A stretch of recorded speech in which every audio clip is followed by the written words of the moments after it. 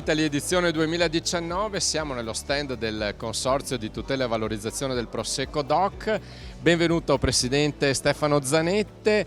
Allora, Presidente con il sorriso sulle labbra, reduce da grandi successi all'estero con Provine, qui giochiamo in casa, Vinitaly è sempre la vetrina più importante, Presidente.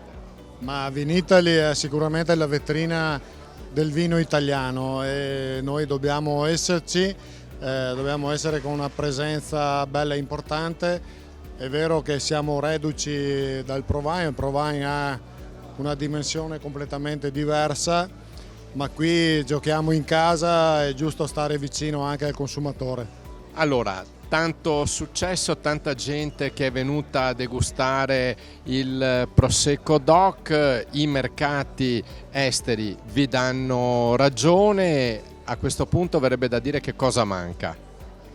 Ma manca che bisogna continuare a lavorare, crederci, dobbiamo pensare che c'è un futuro davanti e giocarcela sempre fino in fondo, perché questa denominazione sicuramente ha il favore del consumatore. Dobbiamo fare le cose fatte bene, seriamente, per veramente dare un futuro a tanta gente, a una realtà produttiva che interessa due regioni del nord Italia e quindi una fetta importante della produzione vitivinicola e un emblema del Made in Italy. Tanta attenzione, tutta racchiusa in una parola: sostenibilità. La sostenibilità ormai è diventata una cosa, come dico, imprescindibile. Non si può più parlare di viticoltura se non si parla di sostenibilità, che non è solo la sostenibilità ambientale.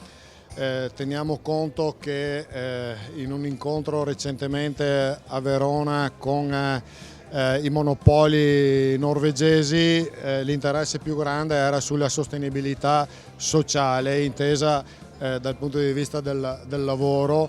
C'è il rischio di poter ricorrere a manodopera che non sia in regola. Noi come sistema produttivo dobbiamo dare anche queste garanzie, quindi la sostenibilità non è solo nell'ambito ambientale, che è importantissima, ma sicuramente nell'ambito sociale, economico e aggiungerei anche etico, perché l'etica, anche se usata in modo improprio, raggruppa tanto di questo.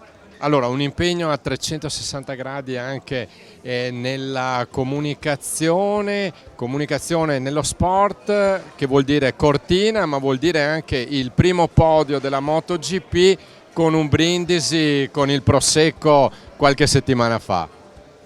Sì, quella di Cortina è una manifestazione che avviene nel nostro territorio, è giusto dare peso a questa manifestazione. Il moto mondiale fa parte di una attività sportiva che interessa l'intero mondo, quindi a livello internazionale una grandissima rilevanza. Noi sono due ambiti dove lavoriamo in modo assiduo nella promozione, che sono lo sport e la cultura.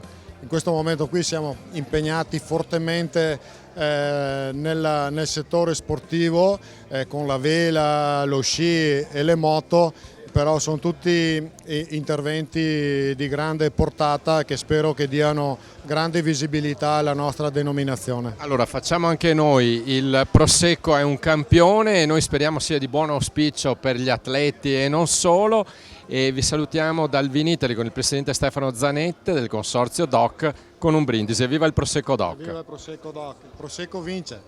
Sempre!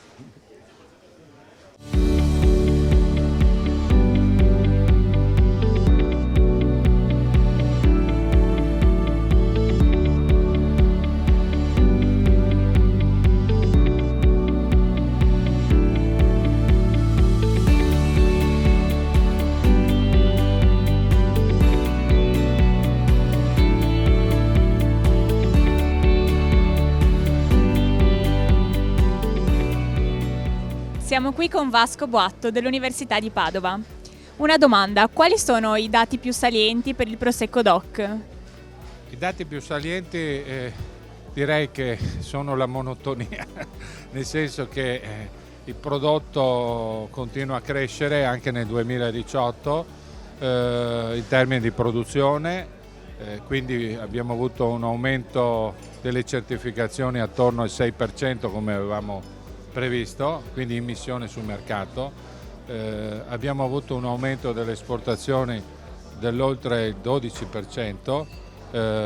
Quello che è importante è che questo aumento delle esportazioni è stato maggiore in valore rispetto al volume, quindi anche se il 2018, soprattutto i primi mesi, sono stati mesi difficili per quanto riguarda il reperimento della materia prima e il relativo aumento dei prezzi, a fine del 2018 possiamo dire che i nostri soprattutto commerciali, i nostri imbottigliatori sono stati molto bravi a riuscire a trasferire questo aumento dei costi poi sul mercato finale, premiando quindi gli sforzi, quindi il loro lavoro. È migliorata quindi il posizionamento in termini di qualità del prodotto sul mercato internazionale. Aumento di valore significa aumento anche della qualità percepita da parte dei consumatori. E allora grazie a Vasco Boatto per essere stato ai nostri microfoni. Grazie a voi.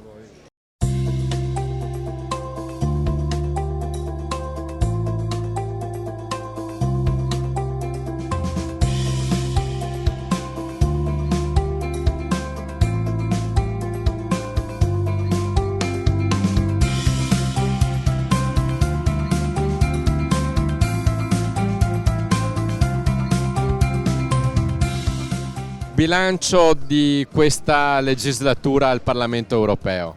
Beh, intanto diciamo che è stata una legislatura importante perché abbiamo portato a casa provvedimenti che il Parlamento europeo chiedeva da anni. L'ultimo e più importante sicuramente è la direttiva europea contro le pratiche commerciali sleali, che oramai erano 10 anni che il Parlamento insisteva nei confronti della Commissione per presentare un atto legislativo e l'abbiamo portata a casa.